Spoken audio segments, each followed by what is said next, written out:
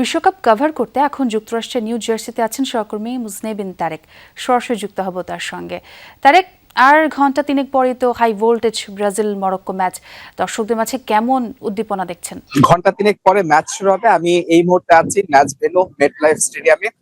এখানে প্রচন্ড গরম এবং রোদ, যে কারণে দর্শক আগমন একসাথে যেটা হয়, যে দর্শকের একটা ঢেউ থাকে, সেটা কিন্তু আমরা এখন পর্যন্ত দেখিনি। দর্শকরা আসছেন এক ছোট ছোট গ্রুপে ভাগ হয়ে আসছেন। যেহেতু এখনো ঘন্টা তিনেক বাকি ম্যাচের, সেই ক্ষেত্রে হয়তো একটু পর দর্শকদের যে ঢল, সেটি হয়তো আমরা দেখতে পাবো। এবং ব্রাজিলের যেহেতু ম্যাচ, নিঃসন্দেহে এই মেটলাইফ স্টেডিয়ামের ৮২,০০০ আসন সেগুলো কিন্তু পরিপূর্ণ থাকবে। তবে সেই জন্য, সেই সিনারিওটা দেখার জন্য, যে হলুদ জার্সি হলুদ ঢেউ দেখার জন্য আরো কিছুটা সময় অপেক্ষা করতে হবে। এবং যেটি দর্শকদেরকে জানাতে চাই, যে ব্রাজিলের একাদশটা কেমন হতে পারে।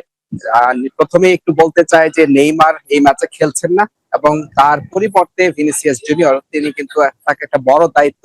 এবং এই ক্ষেত্রে ব্রাজিলের সমর্থকরা একটু আশাবাদী হতে পারে যে কার্লো আনচেলত্তির অধীনে রিয়াল মাদ্রিদের হয়ে নিজের সেরা সময় কাটিয়েছেন ভিনিসিয়াস জুনিয়র। নিঃসন্দেহে এবার হলুদ জার্সিতে কোচ কার্লো আনচেলত্তির অধীনে তিনি তাকে প্রমাণের সুযোগ পাবেন। কারণ নেইমার যেহেতু প্রথম ম্যাচ খেলছেন, হয়তো গ্রুপ পর্বের অন্য ম্যাচগুলো তিনি মিস করতে পারেন। সেই ক্ষেত্রে ভিনিসিয়াস জুনিয়রের কিন্তু নেতা হয়ে ওঠার একটা ভালো সুযোগ।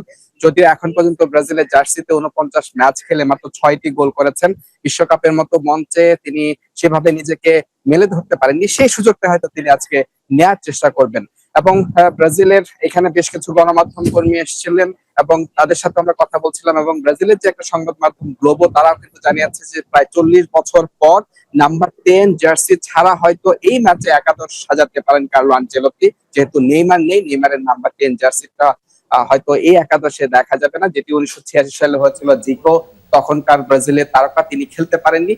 সেই ৪০ বছর পর সেই একই সিনারিও হয়তো দেখা যাবে, যে ব্রাজিলের জার্সিতে বিশ্বকাপের ম্যাচে নাম্বার 10 ছাড়া ব্রাজিল খেলতে নামবে। অনেক ধন্যবাদ তারেক আপনাকে।